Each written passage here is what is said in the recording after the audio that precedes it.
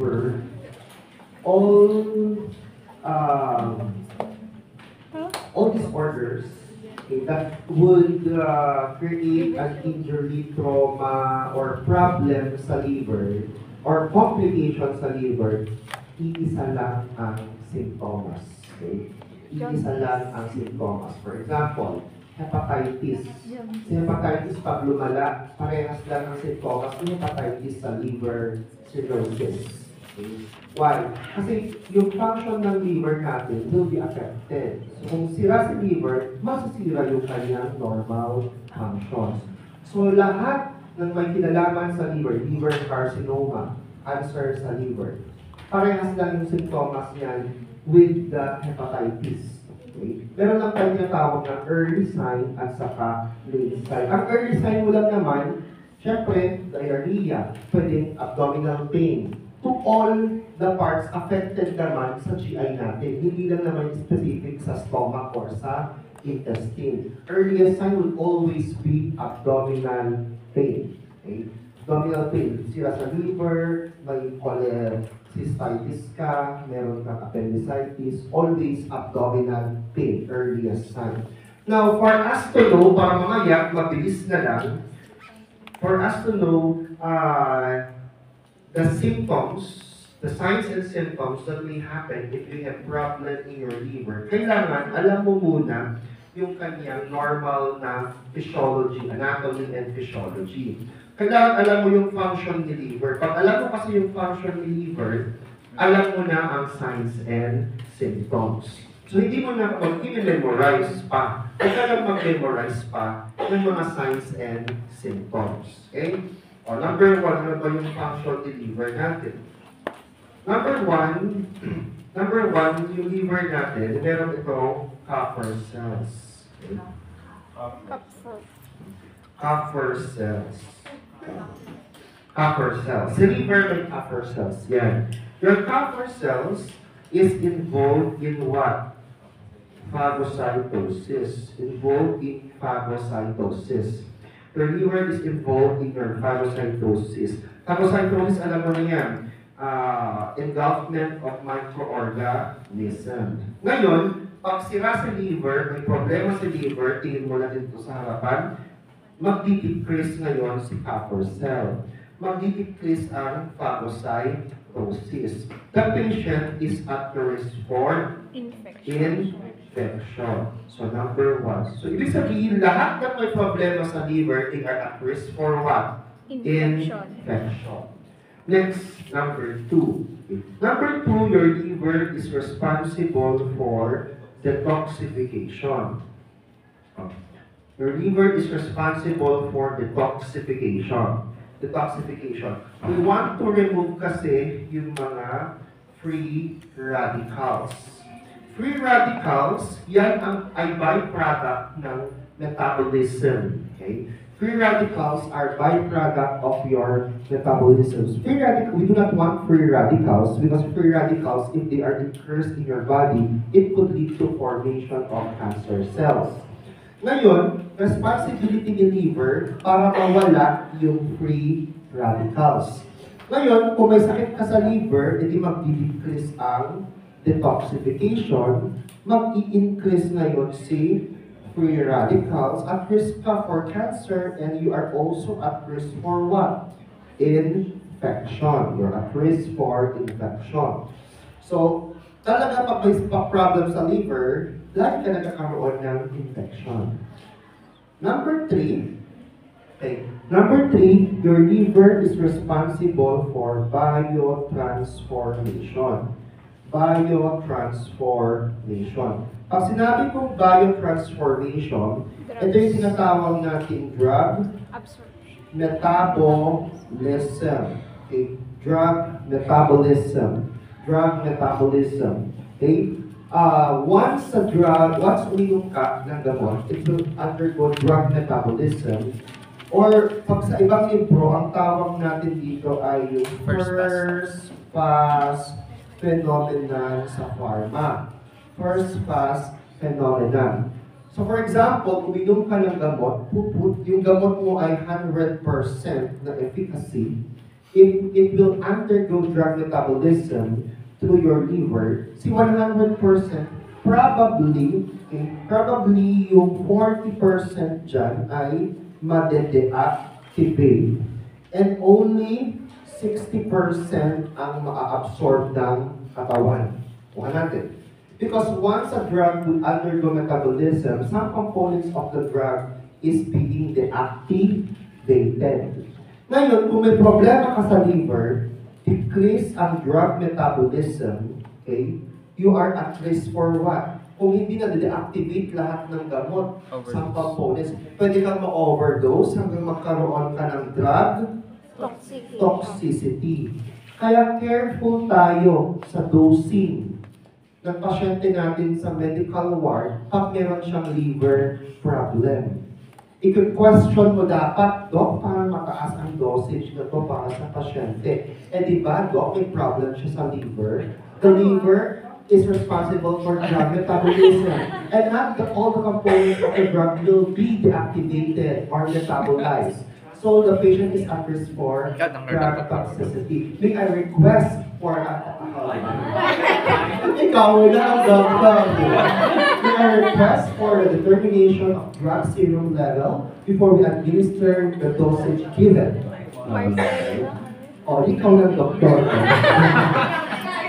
But that's ganon ang role natin. Kasi yung question mo kung mali yung order ni doctor, kasi ang loyalty mo, it's not sa doktor. Ang loyalty mo sa pasyente. So kung na-overdose yun, dahil ang nurse, hindi mo question, namatay ang pasyente, kasamay kasalanan sa list doon. Kasi responsibility mo to check the dosage, hindi lang basta isabihin e gawin natin. Anyway, balik sa topic. Okay, balik tayo dito. So remember, sa dosing natin, if your patient has liver problem and also kidney problem. Sa kidney naman, hindi niya ma-excrete yung gamot. Okay, next natin. So biotransformation, number 4. Number 4, your liver is responsible for protein synthesis. Okay, your liver is responsible for protein synthesis. Kasi synthesize yung protein natin sa liver. And we have types of protein. Example, yung pinaka-common that is responsible for the oncotic pressure. Ayun, si albumin. Okay? Ngayon, albumin, again, ito yung pooling of water into your intravascular or siya yung may responsible sa oncotic pressure. Pag decrease si albumin, pag decrease si albumin kasi decrease ang protein synthesis, ano mangyayari sa oncotic pressure mo? Mag-decrease. And water will move out from intravascular going to interstitial. Kaya meron ka na ngayong edema. Okay? Edema. And then one form of your edema is the accumulation of fluid in your peritoneal cavity na common sa liver cirrhosis. Ano yun? Ascites. At ano yung malapit na part doon sa may abdomen mo that is responsible, that is a muscle responsible for breathing? Diaphragm. Pwede makompress si diaphragm, pwede ka magkaroon ng difficulty of breathing. Ganon yung ating pag-trace sa ating pathophysiology. Okay, so expected na may problem sa liver, mayroong edema, yes or no? Yes. Because of the albumin. Okay, another protein natin, aside from your albumin, 4.2 is your globulin. Another protein in your body that is very important is your globulin. Si globulin, siya naman yung your globulin is responsible for the formation of antibodies. Kaya tinawag siyang immunoglobulin. Diba? Kaya tinawag mo siyang immunoglobulin, antibodies yun. It's made up of the protein, yung globulin mo. E pag decrease si globulin, ano mangyayari sa antibodies mo?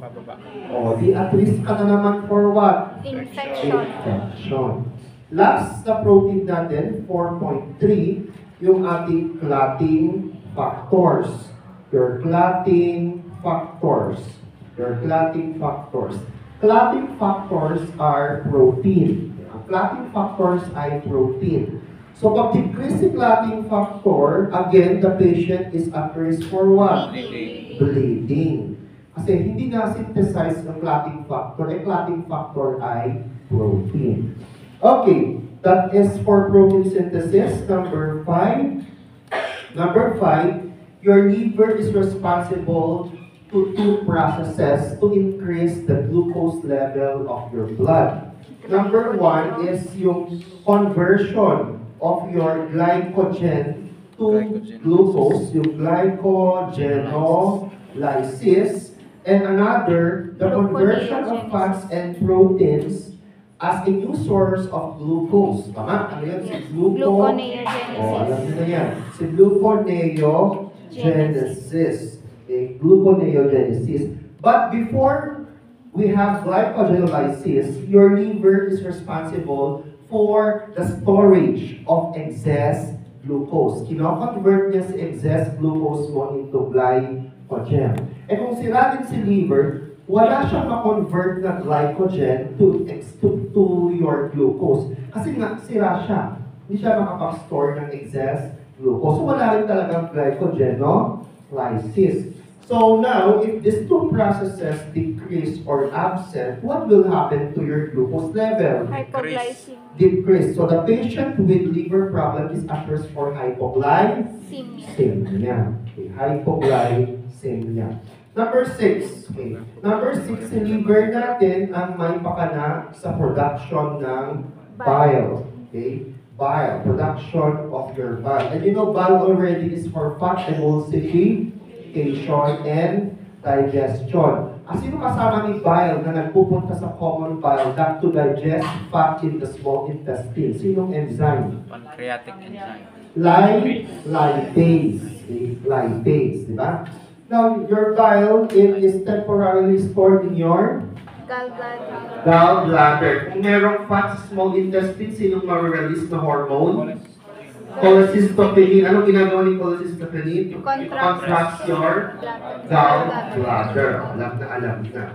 Now, kung decrease ang bile, okay, decrease ang bile dahil may problema ka sa liver, decrease ngayon ang fat digestion. Pag decrease yung fat digestion, magkakaroon ka ng fatty stool, okay, or alcoholic stool. Okay, ano yung tinatawag? Ano yung letter S? Steatorrhea. Ayun, steatorrhea. Okay, alcoholic stool, fatty stool, at babaho. Kasi hindi na-digest ang fat, lumabas lang ang fat dahil wala kang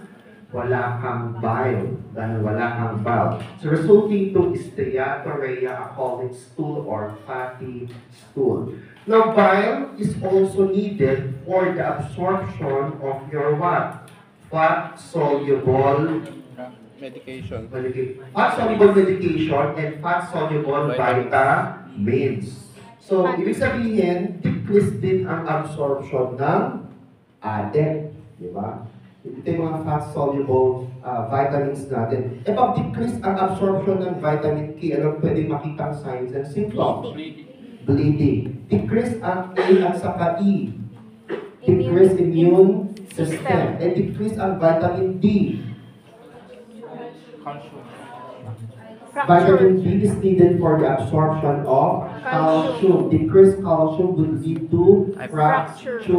Okay, decreased calcium would lead to fracture. So, pwede magkaroon ng fracture yung pasyente natin. And of course, decrease din ang absorption of most of the medication. Kasi most of the medications are what? Fat-soluble. So, pagsasabayin mo ba ang antacid to other drugs? No. Ilang oras ang hihintayin? 2 to 4 hours. 4 hours. Sige, 2 to 4 hours. And last dito sa liver natin before tayo mag-break pa. Okay? Number 7. Ito, di ba? Umabot 3 o'clock talaga. Number 7 natin is conversion of your unconjugated bilirubin to your conjugated bilirubin. So your liver is responsible for the conversion of your unconjugated bilirubin to conjugated bilirubin so that your bilirubin will be excreted through your urine. That gives the amber color of your urine. Okay? That's the normal process of your body. However, kung may problema ka sa liver, decrease ang conversion ng increase yung unconjugated, decrease ang conjugated. So, ibig sabihin, meron tayong bilirubin, okay, excess in your body, accumulation of your bilirubin. Kaya meron ka, ano yun, yung late stage na alam mo may sakit talaga sa liver. Ayun. Kaya meron kang jaundice because of the excess bilirubin not excreted by your body. Kasi nga si liver, hindi na convert si unconjugated bilirubin. Ngayon, anong kulay na ng urine kung walang bilirubin? Clear. Clear or very light na ang kulay niya kasi hindi lumabas si bilirubin.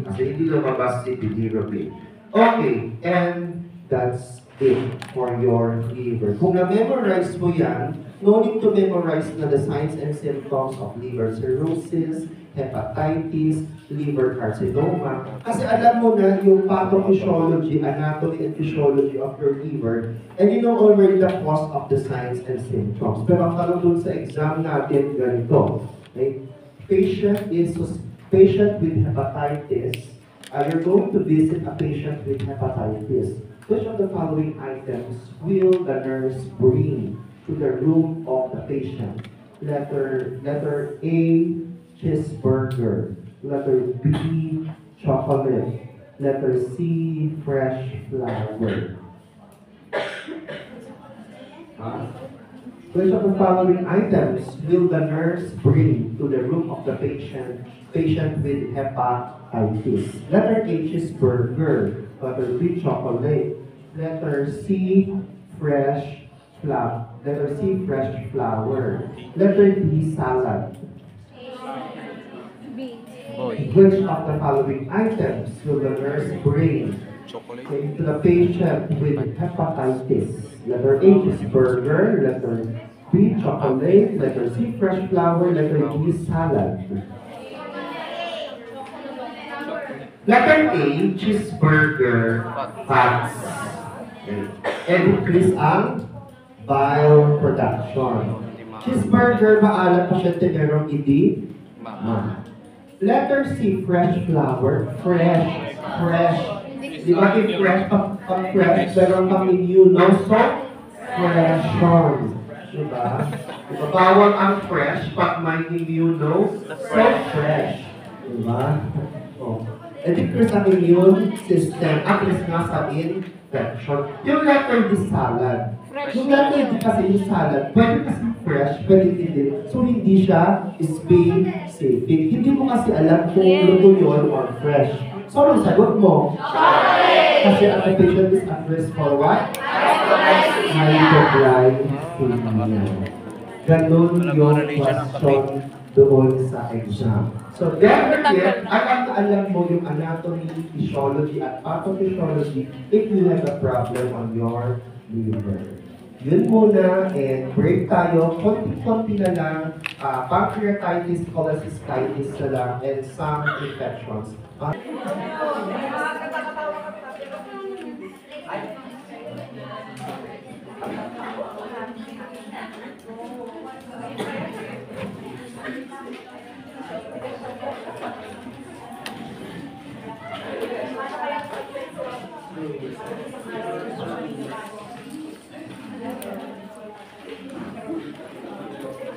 Okay na ba?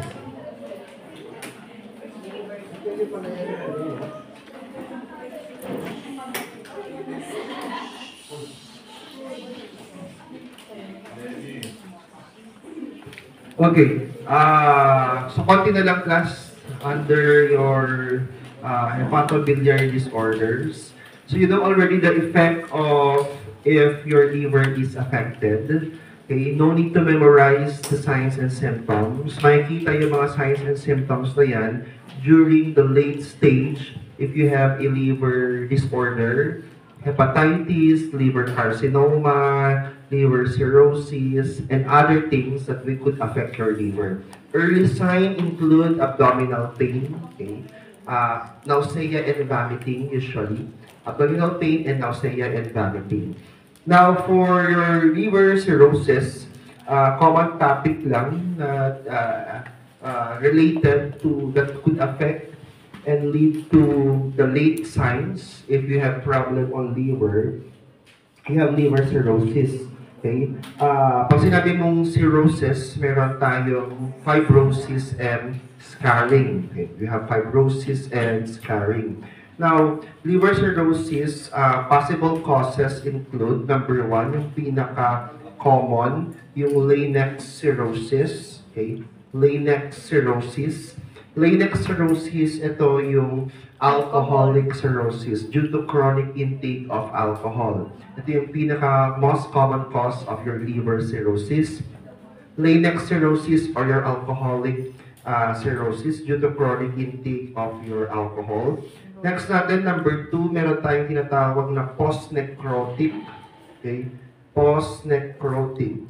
Post-necrotic cirrhosis because of infection. Example, hepatitis. Okay? Example of that is your hepatitis.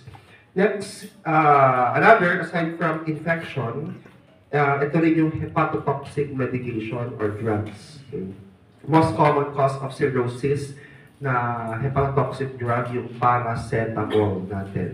Remember, you're only allowed up to 2,000 milligram per day of your paracetamol. And beyond that, it would be toxic to your liver na.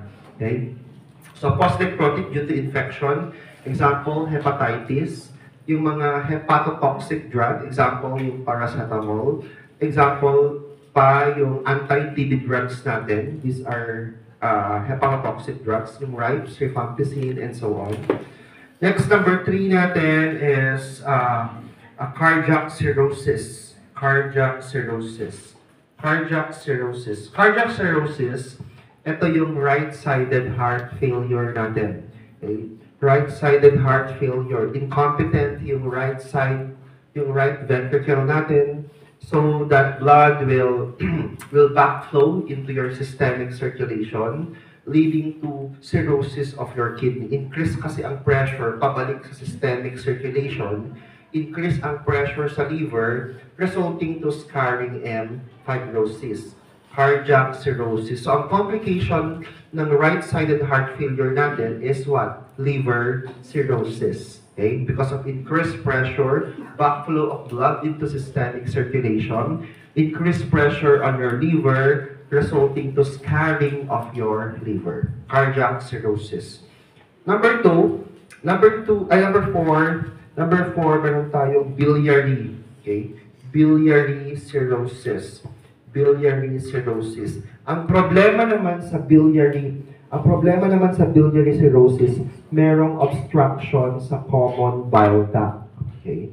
Merong obstruction sa common bile duct or biliary tract natin, okay, leading to increased pressure in your liver, resulting to scarring and fibrosis. Okay? So, types of your liver cirrhosis. Next, post-necrotic cardiac cirrhosis pag may right-sided heart failure. And biliary cirrhosis kung mayroong obstruction sa common bile duct or somewhere else in the tract, backflow of bile, increased pressure sa liver, resulting to scarring and cirrhosis. Okay. Next natin, so yung signs and symptoms, hindi ko na sinabi kasi na-discuss na natin yung normal physiology. You know what will happen already during the late stage kung sira ang liver natin. Okay. Now, other complications include, number 1, na hindi na-discuss doon sa kanina, hepatic encephalopathy. Okay. Hepatic encephalopathy is because of an increased ammonia, okay, increased ammonia level in your blood. Okay? Increased ammonia level in your blood. Since decrease ang metabolism ng protein natin, okay, ammonia is byproduct of protein metabolism. Okay? ang nagsisynthesize ng ammonia, if the protein is not metabolized by your liver, ay bacteria doon sa intestine. I repeat. Okay? If protein is not being metabolized, okay, yung proteins natin, okay, kasi nasisynthesize yan ng mga bacteria doon sa intestine. Okay? And byproduct of your protein metabolism and synthesis, okay, by the bacteria is ammonia. Okay? Pag mayroong ammonia is very toxic to your brain. So neurotoxic siya. Okay? Neurotoxic siya. Neurotoxic yung ating ammonia. Now, that's why late stage ng liver cirrhosis, ano kaya ang diet ng pasyente? High protein, low protein? Low protein. Low protein. But early stage of your liver cirrhosis, since decrease ang albumin natin, high in protein. But during late stage, na yung protein, okay, the byproduct of that by the bacteria that synthesize it is ammonia. That means, may problema na talaga sa protein metabolism. Late stage ng ating liver cirrhosis, ang diet niya ay low protein. Siyempre, low fat din because, the liver could not produce your bile. Now, for management muna tayo of hepatic encephalopathy before we move on to portal hypertension. For hepatic encephalopathy, since the one that synthesizes your ammonia is the bacteria in your intestine, bibigyan natin yung pasyente ng neomycin, and that is via enema. Okay? Why? Bakit via enema? It is easily absorbed. And remember, the bacteria that synthesizes your ammonia ay nasa intestine. Okay? So we want to decrease the bacteria by giving neomycin sulfate via enema. So may ganyang tanong sa exam. What is the route of the administration of your antibiotic in liver cirrhosis, particularly neomycin? Baka isagot mo is syempre IV kalimitan. But for your hepatic encephalopathy, ano yung route of administration ng neomycin? Enema. Via enema. It is easily absorbed, and remember, the bacteria that synthesizes your ammonia is in your intestine. So ibigay mo siya via enema. Kasama ni neomycin ay yung ating laxative na lactulose. So combination yan, neomycin and your lactulose to decrease the ammonia level. Not the ammonia, to decrease the bacteria that produces your ammonia or synthesizes your ammonia. So that is your management for hepatic encephalopathy. So kung may hepatic encephalopathy, are you going to check also for, are you going to have seizure precautions? Yes. Yes, kasi nga brain yung affected natin, neurotoxic yung ammonia. Next complication, if you have liver cirrhosis, late stage ay portal hypertension. Portal hypertension. Ano yung definition natin ng liver cirrhosis? Merong scarring at fibrosis. Scarring, peklat. Fibrosis, kakapal. Okay, kakapal yung cells or tissues ng liver. And remember, blood flow through your liver. If there is scarring and kumapal yung tissue ng liver natin, may obstruction of blood flow in your liver. Kung may obstruction ng blood flow, may i-increase ang pressure doon mismo sa liver because yung daanan supposedly ng blood natin, since may peklat at kumapal yung tissue, okay, mabablock. So ano mangyayari sa pressure? Mag-i-increase, resulting to portal hypertension. So because of the fibrosis and scarring in your liver, decrease ang blood flow, resulting to increased pressure in your liver, kaya meron kang portal hypertension. Now, if there is an increased pressure in your liver, what will be the result? Ano mangyayari pag increase ang pressure mo in your liver? Number one, meron kang ascites. So, ibig sabihin, there are two possible reasons why we have ascites pag may liver cirrhosis. Ano yung first na reason natin kung bakit may ascites sa liver cirrhosis? Decreased albumin. Decreased albumin level. Number two, okay, since increase ang pressure, increase ang pushing force. Pag sinabi kong pushing force, anong type ng pressure yon? Hydrostatic. Hydrostatic. So decrease oncotic and increase Increase hydrostatic. Kaya meron tayong Ascites. ascites. Two pathophysiological basis why we have ascites sa liver cirrhosis. Decreased oncotic pressure because of decreased albumin and increased hydrostatic pressure because of the increased pressure in the liver brought to us by portal hypertension. Next natin, since meron tayong scarring, may blockage sa blood flow natin, walang ibang pupuntahan yung dugo kundi magbaba flow. Tama? Okay? Hindi papasok, hindi dadaan dun sa liver, may blockage nga, may scarring, may fibrosis nga. Walang choice kundi magbaba flow yung blood. Magbaba flow sa upper extremities natin at magbaba flow yan sa lower extremities natin. So pag nag-backflow sa upper extremities natin, what will happen? Magkakaroon ng esophageal varices. Your blood vessel that supplies blood in your esophagus will be engorged. Okay? Engorged. Okay? And until such time, because of the increased pressure, pwedeng magkaroon ng bleeding esophageal varices. Ano yung nilalagay nating tube to stop the bleeding? Na kailangan na three-way. Sense-taken Blakemore tube. Ayun. That's the purpose of sense-taken Blakemore tube. Why we put sense-taken Blakemore tube to stop bleeding esophageal varices. Pero ano ulit yung equipment na dapat na sa bedside? Pair of scissors. Pair of scissors. Nakuha natin yun. Okay? Kasi pwedeng malisludge yun, magkaroon ng obstruction. Yung balloon, gastric balloon na supposedly pang-anchor na nasa tiyan, pwedeng tumaas yun, mapunta doon sa may daanan ng hangin. Okay. Next natin. So, okay na tayo, ha? So increase a backflow of blood in your upper and lower extremities. Nag-backflow upper, resulting to engorgement of blood vessels in your esophagus, equals bleeding esophageal varices. Management natin, sense-taken Blakemore tube. Dapat sa tabi, pag may sense-taken Blakemore tube, meron kang pair of scissors to prevent respiratory obstruction because of the dislodgement of the gastric balloon. Next natin, aside from that, magbabackflow yung blood pababa. Lower extremities. Kaya meron tayong spider angioma. Saan nakita rin yung spider angioma? Sa buntis because of the growing womb. Di ba? Sa maternal. Di ba? Because may spider angioma din sa buntis because of the growing womb. Increased pressure sa blood vessels and capillaries. Ito naman, a result of this is the backflow of blood because of the portal hypertension. Aside from that, backflow of blood into your blood vessel, okay, yung blood vessel sa may rectal area natin, kaya meron tayong hemorrhoids. Okay, kaya meron tayong backflow of the blood in your lower extremities.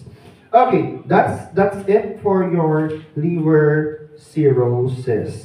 Okay, ano ulit yung liver function natin na mag-i-increase pag may problema? ALT. Kung hindi makita yung ALT, ang titignan nating best indicator of your liver function is the level of bilirubin. Okay, the level of bilirubin. Okay, kung wala yung ALT, titignan yung level ng bilirubin. Expected na pag sira ang liver, increase ang bilirubin because it's not excreted in your urine or feces. Urine. Okay. Next natin, hypoglycemia. Yes or no? Yes. Kasi walang gluconeogenesis and glycogenolysis. Okay, kailangan ba merong glucagon sa bedside? Yes. Because glucagon increases gluconeogenesis. Okay, and of course, liver biopsy, this is to check sa liver cancer. Okay, liver cancer, yung liver biopsy natin. May important dito na tinatanong doon sa exam. Ano yung intervention mo before liver biopsy? Remember, liver is a vascular organ. Oh. Ano yung intervention natin? Stop heparin. Stop heparin. Very good. Stop heparin and aspirin, anticoagulant and antiplatelet drugs before mag-liver biopsy, you have to stop your anticoagulants. Why? Vascular yan, the patient is at risk for bleeding. At ano bibigyan natin vitamin before mag-liver biopsy? K. Vitamin K. Vitamin K. Vitamin K. After liver biopsy, ano position ng pasyente? Left or right? Left or right? Bleeding. Ano ba yung principle natin sa bleeding? Kailangan ng Compression. left or right? Right. Right. Kasi nasa right side yung liver. Hanapin. Position mo after liver biopsy, right side lying. Purpose, pressure. Decrease bleeding. Okay, so yung intervention ang importante dito sa liver biopsy, before and after. Okay, diet natin, early stage ng liver biopsy, importante yung mga laboratory natin. Okay, early stage of your liver cirrhosis, any condition, syempre low fat, high carbs, high carbohydrates, and high protein. But later part of your liver cirrhosis, as a result of any causes, okay, low protein, low fat, okay, high carbohydrates. Nakuha natin yon yung diet. Early stage natin, low fat, high protein, high carbohydrate. Late stage ng liver cirrhosis dahil tumaas na ang kanyang ammonia level, low protein, low fat, and high carbohydrates. Okay, that's for your diet of patient with liver cirrhosis. Diet of patient with liver cirrhosis. Nasabi ko na yung management natin. Ano yung binibigyan natin antibiotics sa hepatic encephalopathy? Neomycin. Neomycin. Via Enema. At saka yung laxative na lactulose. Kung may ascites, anong ginagawang procedure? Paracentesis. Are you going to instruct the patient to void? Yes, to avoid accidental puncture of the bladder. Okay, so that's it for your management of your liver cirrhosis. Pwede ka magbigay ng albumin infusion? Yes. Yes. Pwede ka magbigay ng albumin infusion, slow or fast? Slow. Lang, kasi pwede magkaroon ng cardiac overload. Kaya nga after magbigay ng albumin, ano bibigay natin? Gamot. To decrease cardiac overload. Furosemide, diuretic na furosemide. So connected na lahat yan later on dun sa cardio natin.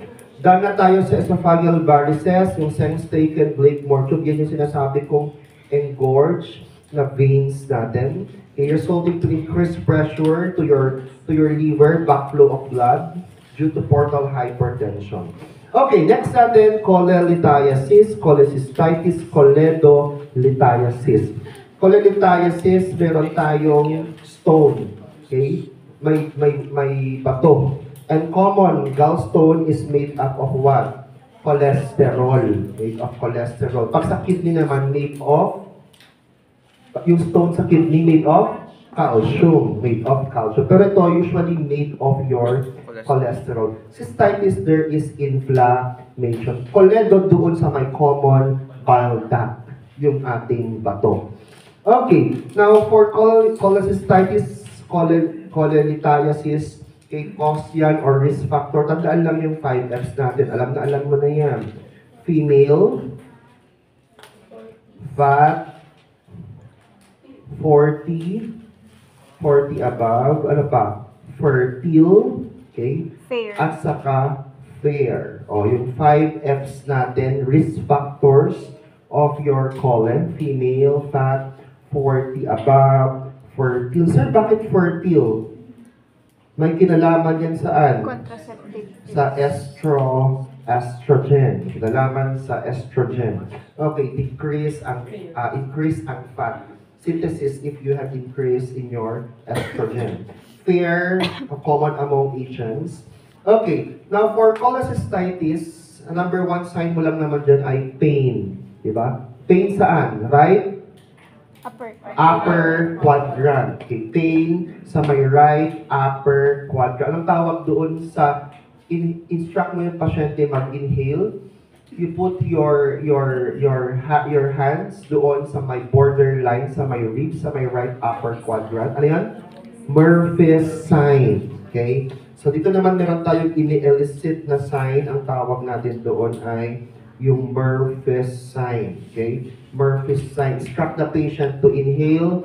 You put your hand on the border sa may right upper quadrant and you let the patient hold his or her breath. At kung merong pain, ibig sabihin, meron siyang inflamed gallbladder or cholecystitis. Ang tawag doon, yung ating Murphy's sign. Okay? Your Murphy's sign. Murphy's sign. Ano pa? Aside from pain, merong nausea and vomiting. Okay? Nausea and vomiting. Ang description ng pain natin dito ay colicky pain. Yung description ng pain natin dito ay colicky pain. Saan naman yung knowing pain? Dull and knowing pain. Duodenal. Duodenal at saka yung gastric ulcer. ulcer. Okay, gastric ulcer or duodenal ulcer. Okay, so meron tayong dito colicky pain, sharp colicky pain, okay, sa may right upper quadrant. Tandaan yung Murphy's sign natin. Now, if there is bile obstruction, okay, kung meron namang bile obstruction, you expect for what? Jaundice. Okay, pwede magkaroon ng jaundice. Okay, pwede magkaroon ng jaundice. Since obstructed yung daanan ng bile, bile will backflow and recirculate in your body. Kaya nga ang ihi ng pasyenteng may cholelithiasis ay tea-colored urine. Kasi meron siyang bile. Hindi kasi na-excrete si bile dahil nga obstructed doon sa may common bile duct or biliary tract. Nakuha natin. Magbabackflow si bile, mag-recirculate sa blood hanggang mailabas mo yung bile sa ihi mo. Kaya may tea-colored urine. Okay, tea-colored urine. So hindi na release ang bile sa duodenum, hindi na digest ang fat. Kaya meron kang clay-colored stool or steatorea.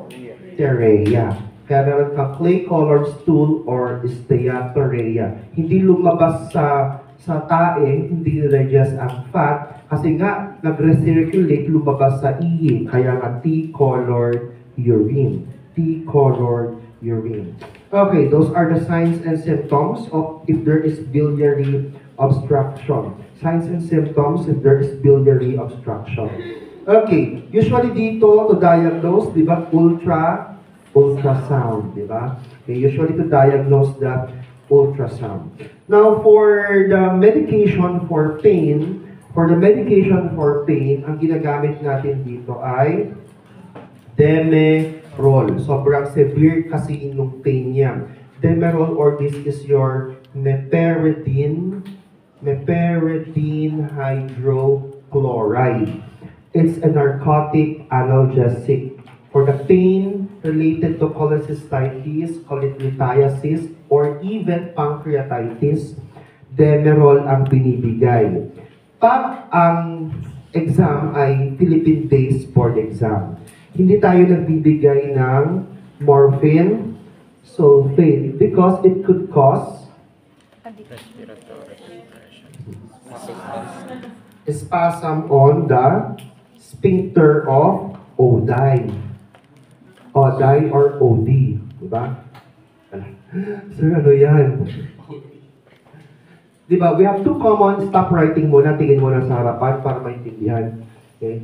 There are two narcotic analgesic, morphine and Demerol. Morphine primarily used doon sa pasyenteng nag-MI.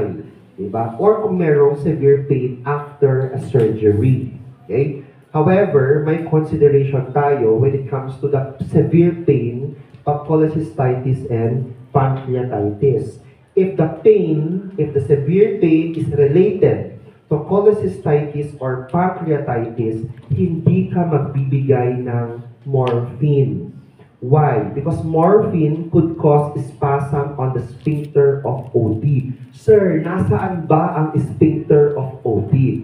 Sphincter of OD, siya yung nagko-control kung lalabas si bile at pancreatic enzyme sa common bile duct. So, sphincter yan na nagko-control ng paglabas ni bile at ni pancreatic enzymes natin. Nakuha ba? Nakuha ba? Eh kung nagkakos yan ng spasm, lalo kasing nag-i-increase ang pain. Okay? Lalong nag-i-increase ang pain. So hindi na-relieve ang pain. Lalong mag-i-increase because it could cause spasm on the sphincter of Oddi. Eh saan ba dumadaan ang secretion from the liver and pancreas? Sagot. Common bile duct. So kung merong cholecystitis at pancreatitis at nagkaroon ng spasm on the sphincter of Oddi, lalo lang mag-i-increase ang pain. Pero yan, sabi ni Brunner noong 2000 version niya. Okay? But that's still the protocol used here in the Philippines. Pero hindi naman tayo pang Pilipinas lang. Tama? Tama? Eh kasi pang abroad tayo, pang Amerika. Tama? Hindi lang tayo pang Pinas, kundi pang AFAM. Di ba? Di ba? Pag NCLEX kasi, pag NCLEX, board exam sa US na, ang isasagot natin ay anong medication ang ibibigay pag merong pain, severe pain sa cholecystitis. Ang sagot mo doon ay morphine. So, pag US-based. Pero pag Philippine-based pa lang tayo kasi nga, Philippine Nursing Licensure Exam ang iti-take muna natin before tayo mag-take pang-abroad. Pag Philippine-based pa lang, ang isasagot natin ay pero pag NCLEX ka na, ang isasagot mo ay morphine. Kasi yung bagong edition ngayon ni Brunner, okay, pwede na daw ang halatang di talaga nagpasa ng Brunner. Yung Brunner ngayon, na bagong version, pwede na daw ang morphine. But we are not using that as basis. Kasi sino ba si Brunner? US-based naman yung author natin. At wala pa tayong enough evidence or study na nakonduct here in the Philippines that morphine could not cause spasm on the sphincter of OD. Meron na kasi tayong standard na sinusunod sa hospital with regards to medications. Nakuha natin. So, anong sasagot natin for the medication of pain? Sagot. Because morphine sulfate could cause spasm on the sphincter of OD. Pag nagkaroon ng spasm, what will happen? Lalong mag-increase ang pain. Okay, that's the consideration of Demerol and morphine. Okay, next natin. So, pwede din namang pag maliit pa yung bato na nakita doon sa ultrasound natin, hindi ka muna magpo-cholecystectomy. Okay? Pwede ka magbigay ng medication, okay, para matunaw yung bato. Okay? So, another medication that we're going to give to dissolve the stone is your chenodeoxycholic acid. Chenodeoxycholic acid. Ito, ibibigay natin yung medication na yan to dissolve the stone. Kung maliit pa yung bato, kung kaya pang i-dissolve. Okay? Pero kung malaki na, okay, yung size niya, meron tayong dalawang choice. Kung hindi pa masyadong malaki, pwede tayong mag-conduct ng ESWL, Electroshock-Wave Lithotripsy. ESWL, okay? Electroshock-Wave Lithotripsy. Okay, merong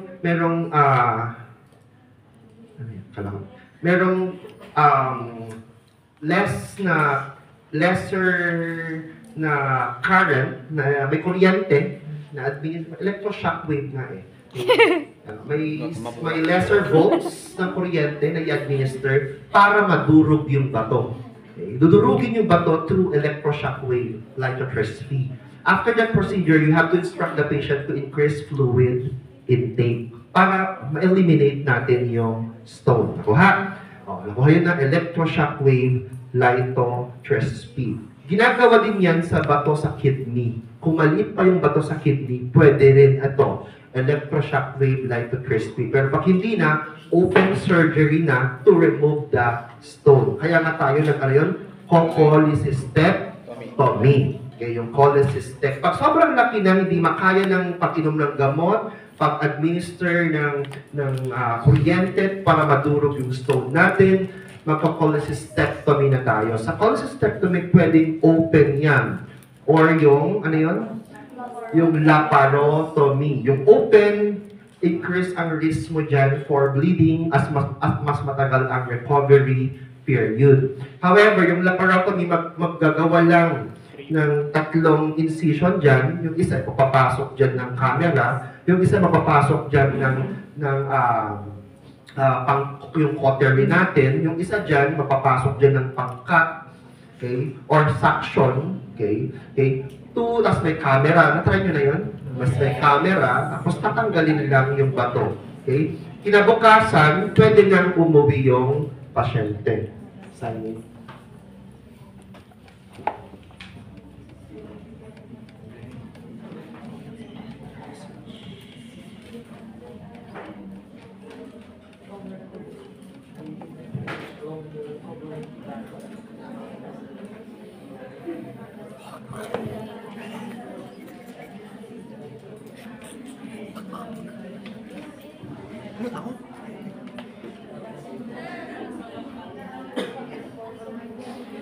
Okay, so that is your laparotomy. Kinabukasan, pwede nang umuwi yung pasyente. Okay, pwede nang umuwi yung pasyente.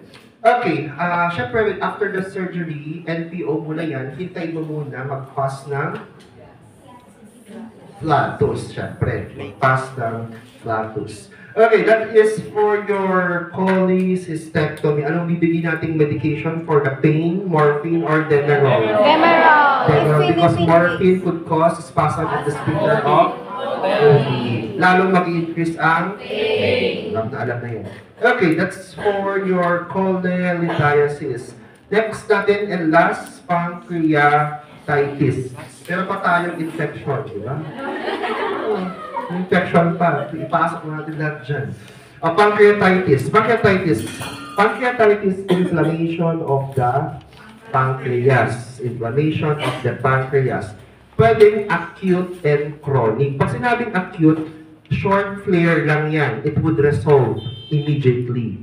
However, pag laging nagkakaroon ng pancreatitis, lalong sumasakit yung sa may left lower quadrant, left upper quadrant mo, okay, pabalik-balik, that is your chronic. All the same ang cause. Ano ba yung common cause or risk factor of having your pancreatitis? Pancreatitis in layman's term, that is your bangungot. Okay, bangungot. Sir, same daw ba dun sa nananaginip?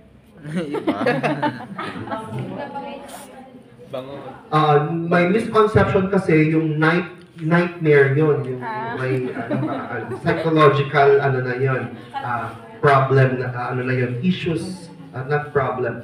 Yung panaginip, sino ba yung nagpa-function? That is your id, egos, meron pa yung isa, yung conscious, subconscious, mga ganun natin, di ba? Yes, pasok pa natin yung class. Okay, diba? Conscious, pre-conscious, and subconscious. Your dreams are operating in your subconscious. Most of your memories naka-store yan subconsciously. All your frustration, despair, wants, nandun sa subconscious yan. Yun na nag-operate dun sa dreams natin. Diba? Sige. Maganda rin mag-start. Anyway, hindi lang topic natin, balik tayo. What is that? It is usually nirelate or ina-associate yan doon sa nightmare.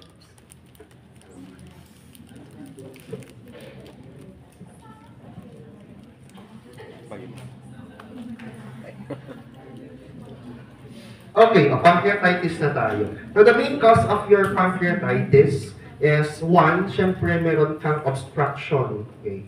One, meron tayong obstruction doon sa common bile duct or sa may biliary tract. Okay. So may obstruction doon sa common bile duct or sa biliary tract. Okay. Another is chronic alcoholism. Chronic alcoholism. At yung biglang minsanan marami kang kinain. Okay, yung large meal. Okay? Okay, yung large meal. Oo. Yung laging marami kang kinain. Alcoholism, obstruction sa biliary tract. But ito yung primary. There is an obstruction on the biliary tract or common bile duct. Now, what will happen if mayroong obstruction sa biliary tract natin? Okay, mababa-flow yung yung Pancreatic pancreatic enzymes. Magbabackflow si pancreatic enzyme, si lipase, trypsin, at saka si amylase. Magbabackflow si lipase, trypsin, amylase. Na supposedly, ida-digest niya yung nandoon saan? Small intestine. Nandun sa duodenum or small intestine. Okay? O, ngayon, instead na yung pagkain ang i-digest niya, sino nang i-digest niya ngayon? Wala. Si pancreas. Kaya ang ibang term ng pancreatitis ay there is autodigestion.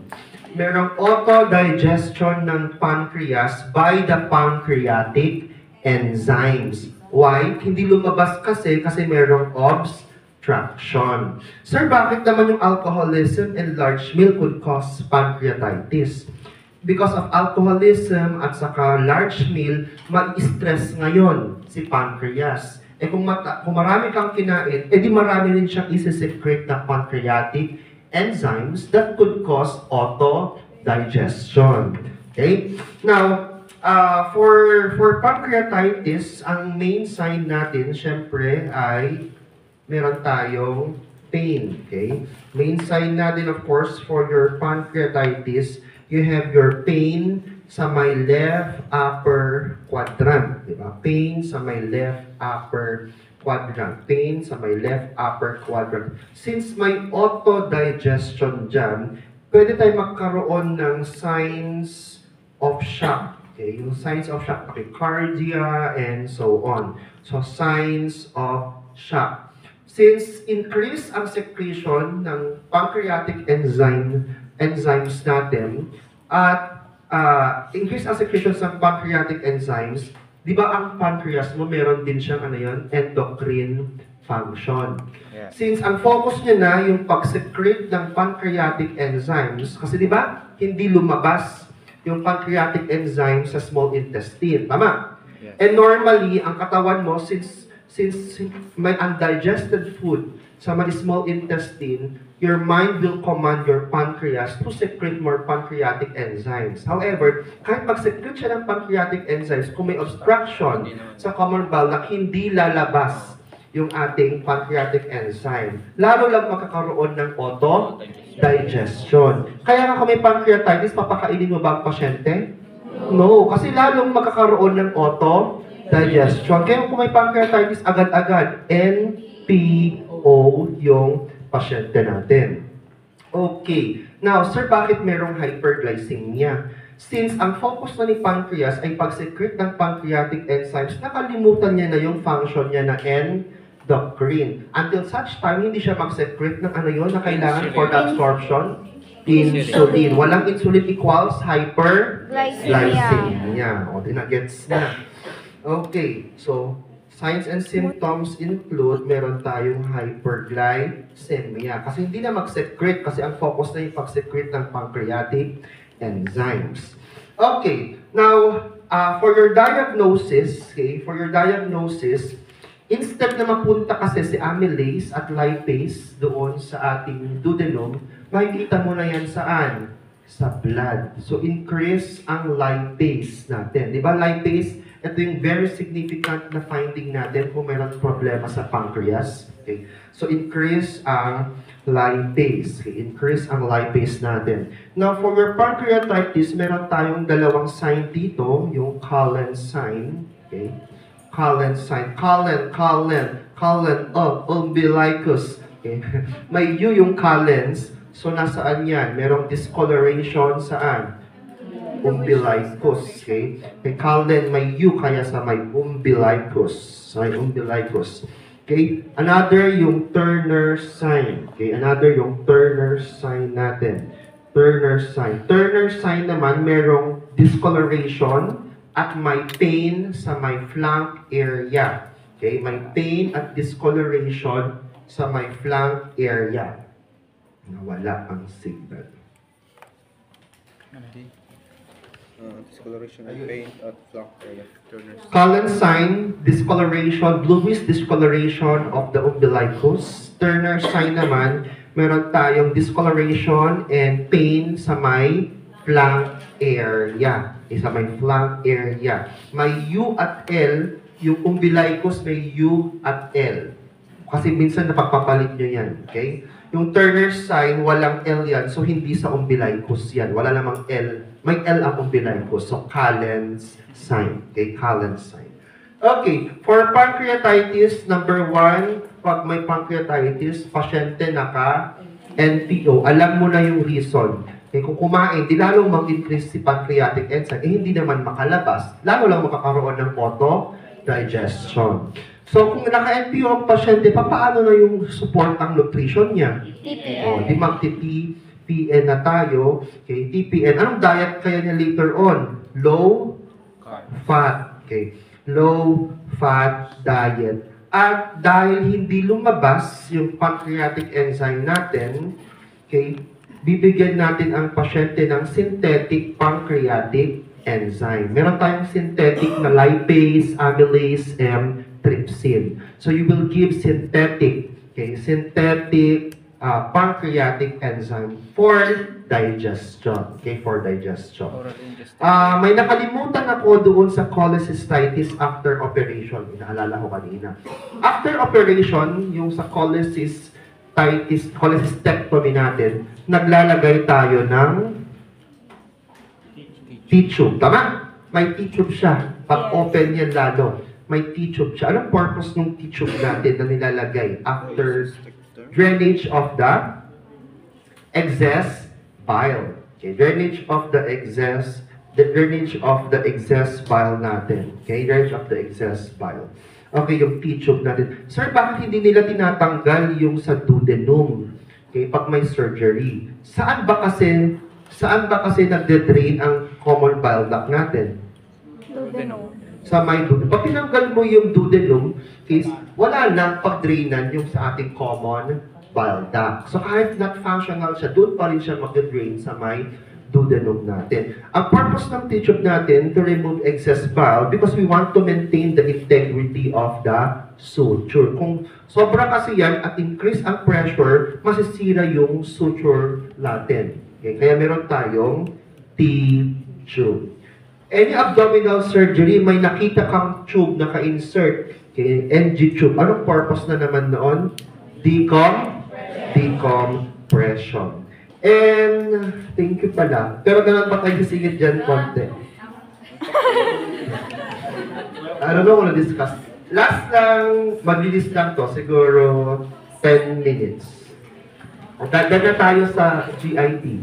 Last yung infection related sa GIT para kompleto na tayo. Okay. Related sa GIT. Example natin yung pinaka-common at laging tinatanong dun sa exam, yung typhoid. Ano kung discuss ko na to sa inyo? No. Okay na tayo sa typhoid? No. Typhoid, Salmonella typhosa. Diba? Yung Salmonella typhosa natin. Na-discuss ko na yata eh. Ano ka ba? Sige.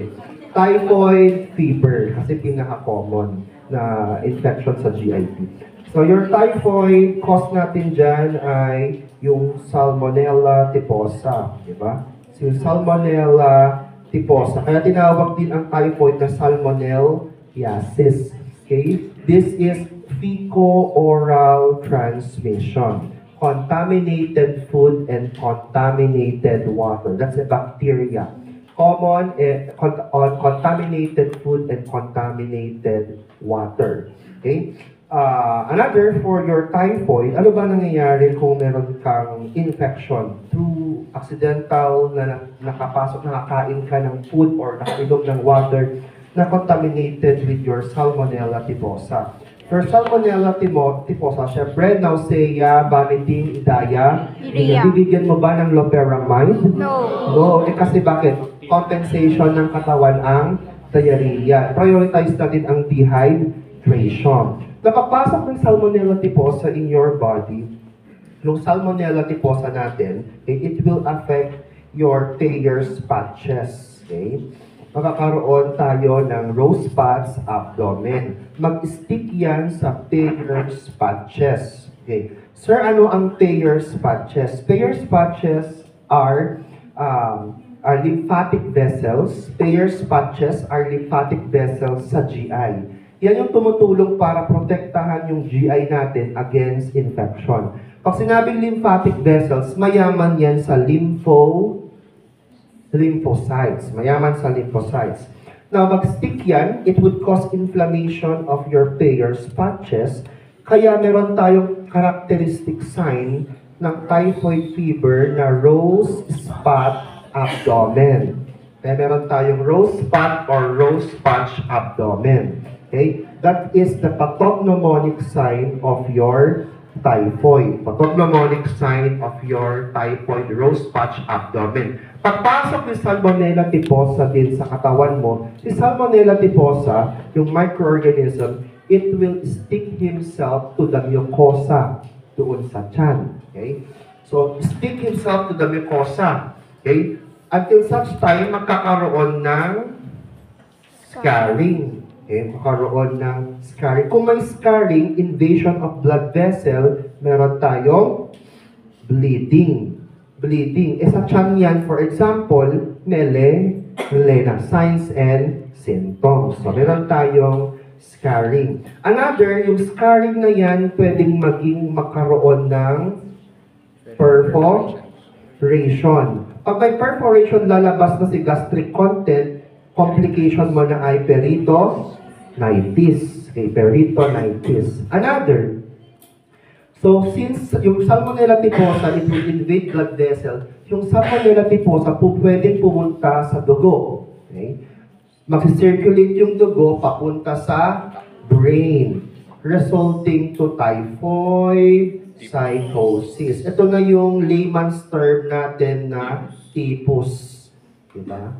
Na typhus ako nung bata, kaya hindi na ako magaling kumanta. Yung mga ganong jokes. Diba? Typhoid psychosis. So, signs and symptoms of what? Hallucination, illusion. Kasi nga, psychosis. Okay? So, complication of your Salmonella typhosa or your typhoid. To test for the typhoid, meron tayong diagnostic procedure. Ang tawag natin ay Widal's test. Your Widal's test. Okay, your Widal's test to check for the presence of the microorganism. Pero ang ginagawa natin sa hospital, ano yun? Nakita doon sa laboratory? Ayun, yung Typhi-DAT test. Si Typhi-DAT, ang tinitest mo naman dyan yung antibody. Okay? Di ba pag may infection, yung katawan mo gagawa ng antibody. Kung may antibody ka against typhoid, di ba alamang may typhoid ka? Alam naman may dengue ka. Di ba? So, Typhi-DAT test. Widal's and Typhi-DAT test, yung diagnostic procedures natin. Ano yung drug of choice for typhoid? Pa-discuss mo ito eh. Chloram. Oh, sabi ko na nga ba, alam nyo na. Chloramphenicol. Okay? Chloramphenicol. Drug of choice natin ay chloramphenicol. Your chloramphenicol. Okay. Ano ka ba yung nakalimutan ko? Yan, for your typhoid. Okay, chloramphenicol side effect pala, yung pinaka-importante lang, bone marrow depression. Yung pinaka-importante natin dyan, yung bone marrow depression. Okay, last natin before we go. Okay na tayo sa typhoid, ha? Okay na sa typhoid. Last natin yung tatlo. Yung tatlo. Last yung tatlo. Pagsabayin na natin ito, last na nga.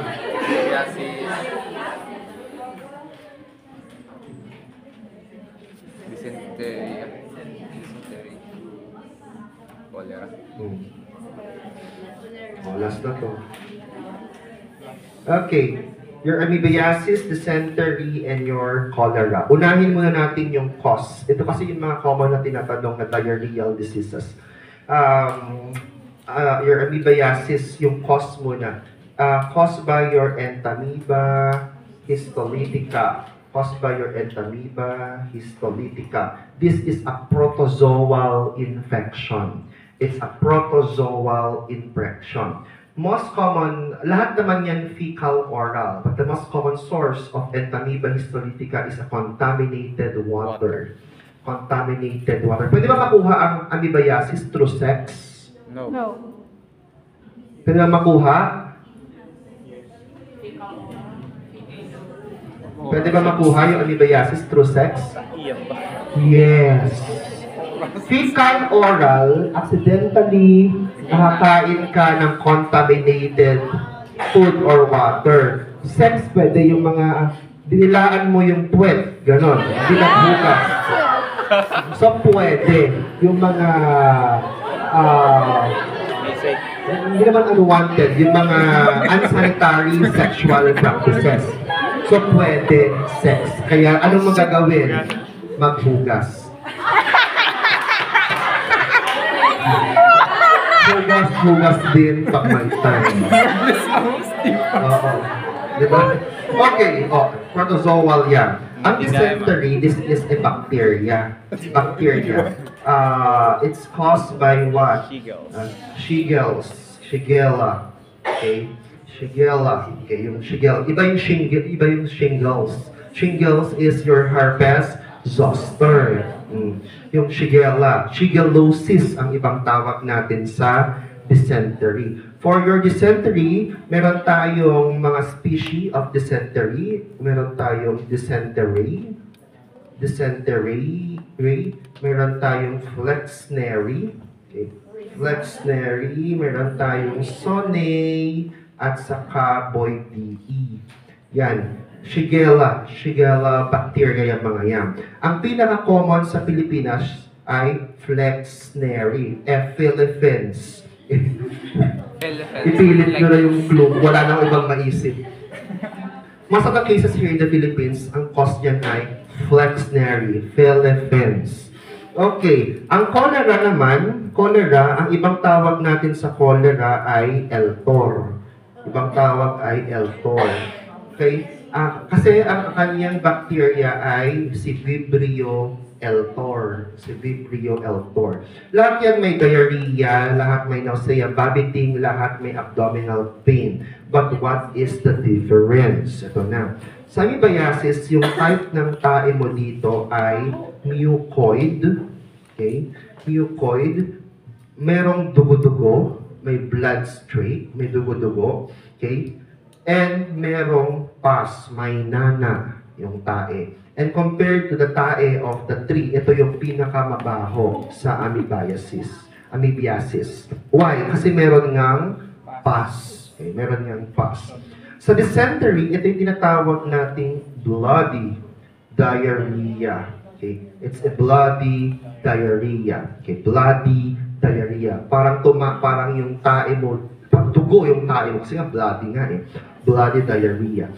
Ang Vibrio eltor, pag nagsaing ka ng kanin at naghugas ka ng bigas, okay, ito yung merong rice, watery stool. Yung may rice, watery stool.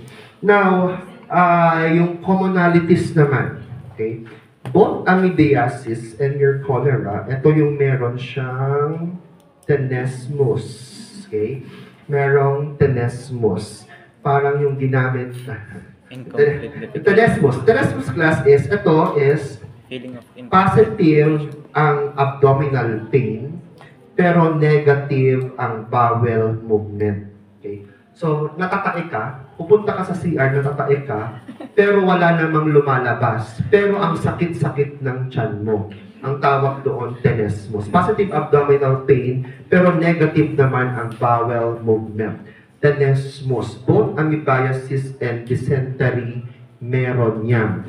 Ito kasi, rice watery stool, natae ka na, hindi mo pa alam na natae ka na. Kasi lang rice, naamoy mo na lang. Naamoy mo na lang. Kasi nga rice, watery stool. Rice, watery stool.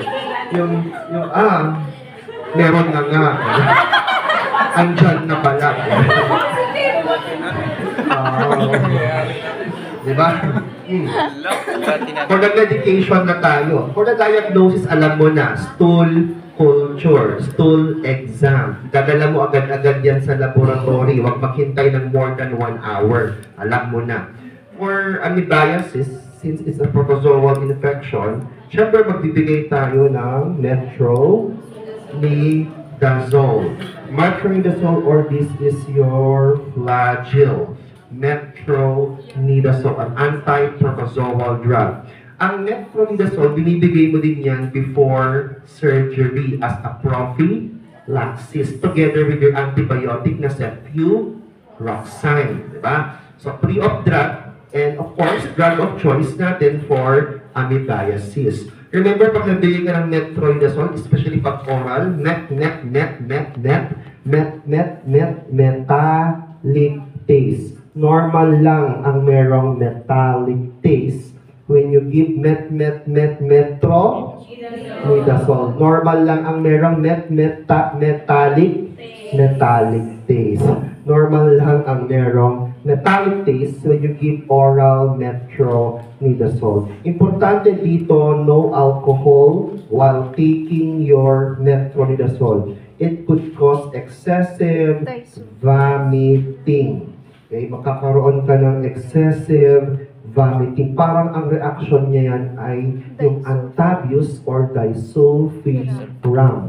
Ginagamit natin sa psych, sa alcoholism. Parang ganun ang effect niyan. If you include alcohol in the diet while taking metronidazole. So if the patient is complaining for metallic taste, anong sasabihin? Are you going to refer to the doctor? No. Eh kasi nga normal lang ang merong Metallic. taste. And of course, no alcohol. Now, for dysentery and cholera, for the medication, ang drug of choice natin for dysentery, syempre, yung ciprofloxacin. Si ciprofloxacin. Pag nakita ang floxacin sa ending ng antibiotic natin, ang clue mo dyan lagi, ang infection ng pasyente, it's either GI or GU. Kasi ang ciprofloxacin na antibiotic, effective for GI infection and GU infection. So may clue ka na, alam mo na agad yung infection, nasa GI or GU lang yan. Drug of choice for your dysentery, yung ciprofloxacin. Binibigay din natin yan for cholera. Plus, yung isang gamot, si tetracycline. Yung isang gamot, si tetracycline. Gagamit ka ng straw when you take tetracycline, because it can cause staining of the tet. Anong intervention? Hirap nyo naman, pasayahin.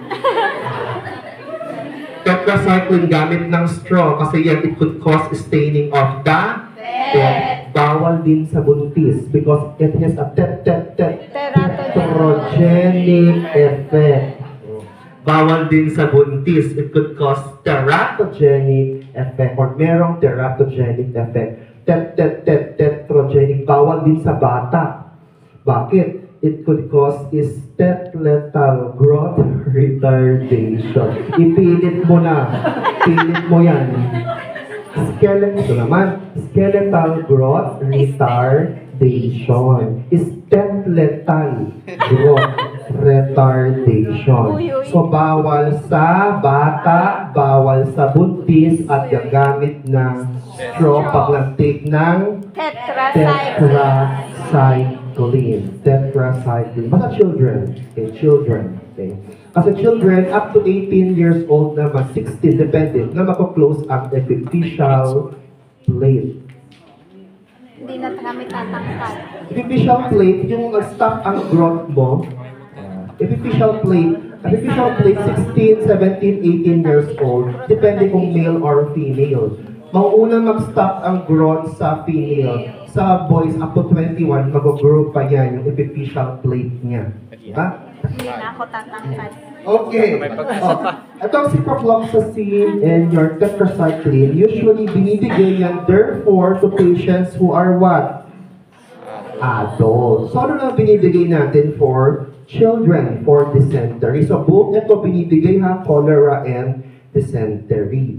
Okay, ano naman yung binibigay natin for dysentery for pediatric patient? Yung gamot na cotrimoxazole. Tandaan yung CAC na binibigay for dysentery. Cotri, at saka yung isa, yung laging meron, ampicillin. At saka cotrimoxazole, ampicillin at saka syempre si chloramphenicol. Ito naman binibigay natin yan for pediatric patient. Lesser kasi ang side effect. Okay, Cotri, ampicillin, and your chloramphenicol. Si ampicillin ba, once a dilute, are you going to give it immediately? Ampicillin. Yes. Si ampicillin ba, kunwari ang medication niya ay 10 a.m., 6 o'clock ba ng umaga, nag-prepare ka na? Ang ampicillin class, mabilis kasi ang kanyang half-life. Once you prepare your ampicillin drug, you need to give it immediately because within 1 hour, bababa ang kanyang effectiveness or potency. Hindi pwedeng by sobrang i-rep mo, mawawala na ang effectiveness because ampicillin, yung mga penicillin-based drug natin, after diluting, mawawala na ang potency kasi mabilis ang kanilang half-life. Ano ba ang half-life na naman? Agad lang ang blood. Mabilis lang. Kalahating buhay. Oh, dito. Half-life, it's the time required. Time required so that 1/2 of the concentration of the drug is eliminated. Para malaman natin ng mas maayos, doon tayo sa example. The time required so that 1/2 of the concentration of the drug is eliminated. So for example, nagbigay ako ng 250 milligram na ampicillin, and the half-life of ampicillin is 1 hour. Okay. Ngayon, nagbigay ako ng ampicillin, 250 milligram. Yung 250 milligram sabi, 1/2 of the concentration of the drug is eliminated. So after 1 hour, yung 250 mo, makakalahati. Ang matitira na lang sa katawan mo ay 125. First hour. First half-life. After an hour again, 2 hours na. Yung natirang 125, makakalahati agad yan. So magiging ano na yan? 62.5. Second half-life. After another hour na naman, si 62.5, mahahati na naman sa dalawa. 31.25. So, mapapredict mo na kung kailan mawawala para dun sa next dosaging natin. Eh kung ikaw, natatanga-tangang nurse, okay, nag-prepare ka ng ampicillin, at nag-lunch ka, nakipag-chismisan ka sa ibang ward, bali after 4 hours mo pa binigay si ampicillin. After diluting, wala nang kaya pala hindi gumagaling si pasyente. Okay, kasi nga, nagbibigay ka nga, pero dinalute mo naman early. Nawala na yung potency. Nakuha natin. Kaya pag nag-dilute ka ng ampicillin, siya lang yung gamot na hindi mo i-prepare dun sa line-up mo. Okay? I-prepare mo lang yun pag talagang ibibigay mo na doon sa time niya. Nakuha natin. Very common na drug, yung ampicillin natin. Okay? In combination usually yan with your cefuroxime or cephalosporin. Ako sayang pag ako naging CI sa medical ward. Ano saya na? Uhulaan mo ang diagnosis. Interview mo yung pasyente, assess mo din. After 1 hour, punta ka sa akin. Ano ang diagnosis? Uhulaan mo din ang gamot. Hindi mo muna babasa na. Mahuhula ka muna. Based on interview, assessment. Okay, last na tayo before we go. So okay na tayo sa live and contra-anticoloram for pedia sa dysentery. When it comes to cholera naman, ito chloram, phenicol. Pagpedia sa cholera. Pagpedia sa cholera, anong bibigay? Ito, chloramphenicol. Number 2 is erythromycin. At saka number 3 is yung furosolidol. Yan. Ito naman sa cholera. Erythromycin, furosolidol, at chloramphenicol sa pediatric patient na merong cholera. pwede sa pedya. Usually chloramphenicol, lower dose lang naman tayo because of the bone marrow depression. Lesser ang risk or a disadvantage yan compared to tetracycline. Okay, syempre may risk pa rin, we weigh risk, doon tayo sa more advantageous than the disadvantageous. Okay, that's for your cholera. And for the management, alam mo na, increase oral fluid intake, oresol, management mo ng dehydration based on your IMCI. And we are done with GIP and hepatobiliary disorder.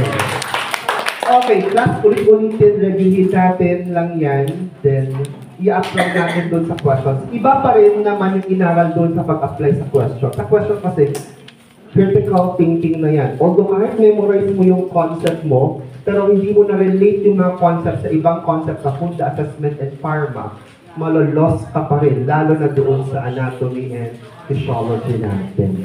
Okay, last tayo before we go. Kailangan sumagot lahat. Mag-recap tayo. Nagwawala na, lobat na yata. Okay, recap tayo. Callen sign, sakit. Lahat sasagot. Callen sign, sakit.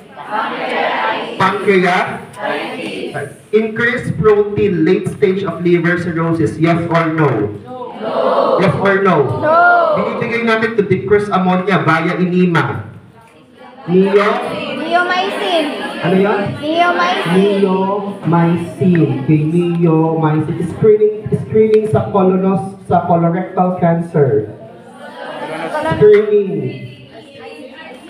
Screening muna. Screening, digital, rectal, exam. Pero definitive, colonoscopy with biopsy position after liver biopsy. Right side. Ano yun? Right side. Right side. Instruction before paracentesis. Empty bladder. Empty the bladder. NPO, pag may pancreatitis, yes or no? Yes. Are going to support the nutrition. TPN. At saka IV. TPN at saka IV. TPN saka IV. Relax ko yung paa, may pain. Anong tawag ng sign? Appendicitis. Psoas performance ko sa left, pero nagkaroon ng pain sa right. Ano yun? Roxing sign. Sakit na merong reflux and at the same time compression of the lungs, difficulty of breathing because of incompetent muscle. Hiatal hernia. Ano yung instruction mo after mag-ESWL because of the stone? Increase oral fluid intake. Kailan ibibigay yung antacid natin before, after? After. Best time to give your steroids. Morning. Crohn's or ulcerative Jewish individuals. Both. Related to stress. Stress muna. Ulcerative or Crohn's ang usapan. Stress ang risk factor. Ulcerative. Pero kailangan ng stress management. Autoimmune. Crohn's. 10 to 20 na watery stool. Ano yun? Ulcerative. Less ang bleeding. Crohn's. May rose spot abdomen. Sakit. Typhoid fever. Mucus with pus blood strain. Rice watery stool. Ano yun? Cholera. Bloomberg sign. Sakit. Bloomberg sign. Appendicitis. Turner sign. Pancreatitis sign. Hypocal. Levitt sign. MI. Rose spots abdomen. Typhoid. Barré esophagus.